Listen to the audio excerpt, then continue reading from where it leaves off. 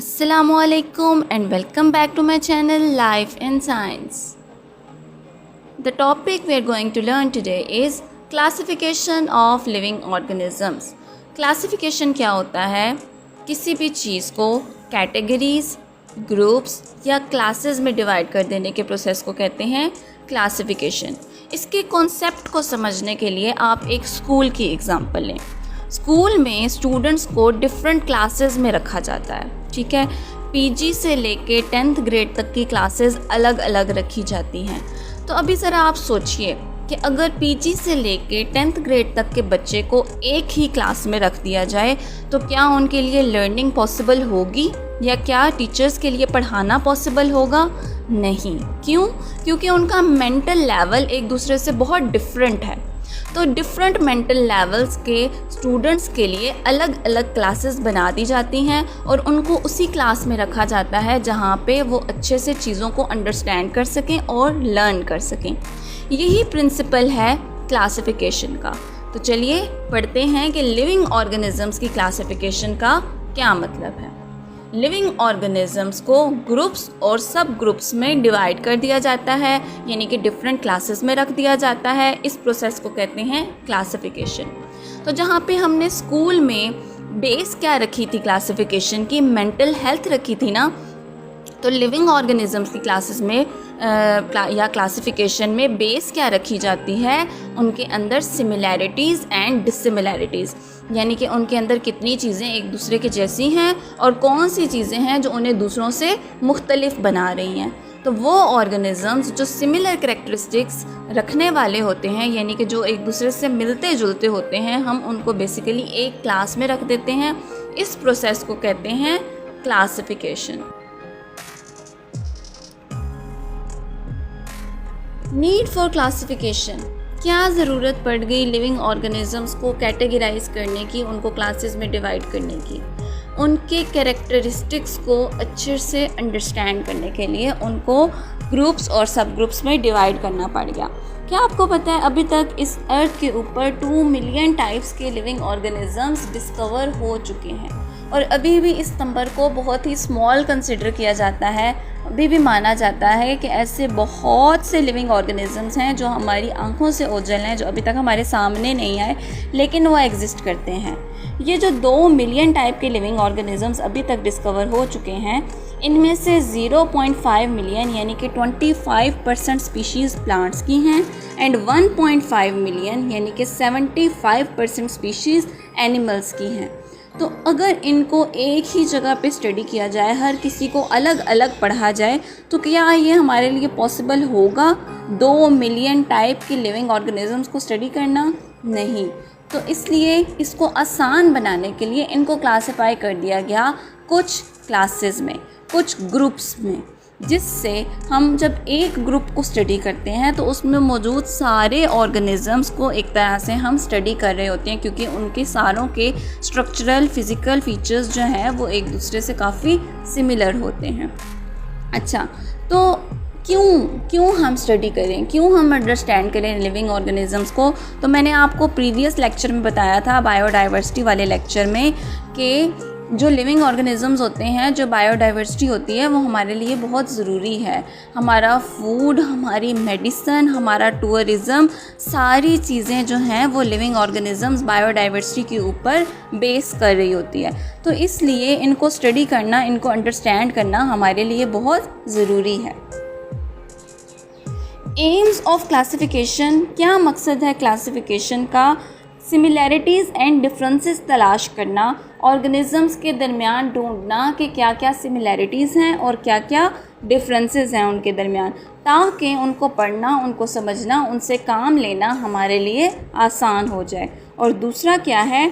To find the evolutionary relationship among organisms, हमें अपनी evolutionary history को ढूंढना आसान हो जाता है। एवोल्यूशन क्या होता है? इवॉल्व होना, अपने कैरेक्टरिस्टिक्स में, फिज़िकल या बिहेवियरल करैक्टरिस्टिक्स में चेंजेस लाना। टाइम के साथ साथ हमें हमारी इन्वायरमेंट चेंज हो रही है, इन्वायरमेंट के साथ साथ ऑर्गेनिजम्स को अडॉप्ट करना पड़ता है, अपने अंदर कुछ चेंजेस लाने पड़ते हैं, इसे कहते हैं एवोल्यूशन। तो क्या हिस्ट्री है एवोल्यूशन की, किस चीज़ को चेंज करके वो किस चीज़ में चेंज हो गए, इसे कहते हैं एवोल्यूशनरी हिस्ट्री। तो इसको पढ़ने के लिए भी क्लासिफिकेशन ज़रूरी है। प्रिंसिपल्स ऑफ क्लासिफिकेशन, क्या प्रिंसिपल है क्लासिफिकेशन का? सिमिलैरिटी इन फिज़िकल कैरेक्टर्स। फिज़िकल कैरेक्टर्स को देखा जाता है कि क्या क्या सिमिलैरिटीज़ हैं फिज़िकल कैरेक्टरिस्टिक्स में। जैसे अगर देखा जाए तो ह्यूमंस और चिंपैंजीज़ जो हैं वो काफ़ी हद तक स्ट्रक्चरली सिमिलर हैं। इनको बल्कि एक ही क्लास, एक ही फैमिली में रखा जाता है, जिसे बोलते हैं होमिनिडी। इनको एक फैमिली में क्यों रखा जाता है? क्योंकि इनके अंदर बहुत सारी स्ट्रक्चरल सिमिलैरिटीज़ हैं। अगर इनके डीएनए को स्टडी किया जाए तो सिर्फ एक जो है वो क्रोमोसोम का डिफरेंस आता है हम में और चिंपैंजीज़ में, जो हमें उनसे डिफरेंस बना रहा है। तो यही है second principle of classification, genetic similarities and differences. कि जो ऑर्गेनिज़म हमें फ़िज़िकली सेम नज़र आ रहे हैं, क्या वो जेनेटिकली भी एक दूसरे से सेम हैं?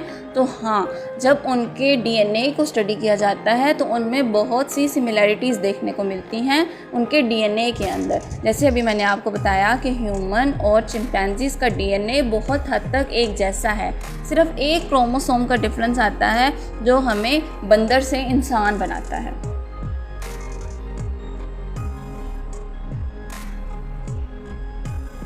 साइंटिस्ट ये मानते हैं जो एक जैसा जेनेटिक मेकअप रखने वाले ऑर्गेनिजम्स होते हैं ना, उनका इंसेस्टर कॉमन होता है। इसी तरह से हम एवोल्यूशनरी हिस्ट्री को स्टडी करते हैं, यानी कि ये माना जाता है कि हमारा और चिंपैंजीज़ का इंसेस्टर एक ही था, उससे चेंज होते होते हम ह्यूमंस बन गए और वो चेंज होते होते चिंपैंजीज़ बन गए। तो इस तरह से क्या होता है कि जो सेम ग्रुप के एनिमल्स होते हैं ना, उनको ये कंसिडर किया जाता है कि उनका एंसेस्टर भी सेम था। एडवांटेजेस क्या होते हैं क्लासिफिकेशन के, क्या क्या फ़वाइद होते हैं? एक तो ये होता है कि हमारे लिए ऑर्गेनिजम्स को स्टडी करना, अंडरस्टैंड करना और उनकी एवोल्यूशनरी हिस्ट्री को डिस्कवर करना आसान हो जाता है। यानी कि जब हम एक ग्रुप को स्टडी करते हैं तो उन सब के लिए हमें एक कॉमन एंसेस्टर तलाश करने में इतनी ज़्यादा मुश्किल नहीं होती। फ्रेमवर्क मिल जाता है आइडेंटिफिकेशन और कंपैरिजन के लिए, यानी कि एक तो जब हम एक फैमिली की बात करते हैं तो हम आइडेंटिफाई कर लेते हैं कि इसमें ये ऑर्गेनिजम्स प्रेजेंट हैं, तो इनमें ये सिमिलर करैक्टरिस्टिक्स होंगे। दूसरा, उनका कंपैरिजन आसान हो जाता है हमारे लिए, ह्यूमंस को चिंपैंजी से कंपेयर करके हमारे अंदर क्या क्या चेंजेस आए हैं ये स्टडी करना आसान हो जाता है।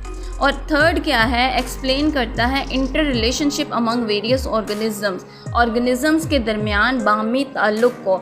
लाइफ की स्टडी में ये बहुत ज़्यादा ज़रूरी है कि हम ऑर्गेनिजम्स के दरमियान जो रिलेशनशिप्स हैं उनको स्टडी करें, ताकि हमारे लिए ज़िंदगी को स्टडी करना आसान हो जाए कि लाइफ कहाँ से आई, कैसे आई। इन क्वेश्चंस के आंसर्स के लिए हमारे लिए इंटर रिलेशनशिप्स स्टडी करना बहुत ज़्यादा ज़रूरी है। सबसे बड़ा एडवांटेज जो है क्लासिफिकेशन का वो क्या है, ये हमें एक प्लेटफॉर्म प्रोवाइड कर देता है कि एक कॉमन लैंग्वेज ऑफ बायोलॉजिस्ट हमें देता है, जिससे क्या होता है कि बायोलॉजिस्ट के लिए डिस्कशन करना आसान हो जाता है किसी भी एनिमल स्पीशीज़ के ऊपर। तो जब एक कॉमन प्लेटफॉर्म मिलेगा तो जाहिर है डिस्कशन आसान होगी, और जब डिस्कशन आसान होगी तो उस स्पीशीज़ से फ़ायदे लेने भी हमारे लिए आसान हो जाएंगे। तो बस आज हमने क्लासिफिकेशन के टॉपिक में यही पढ़ना था।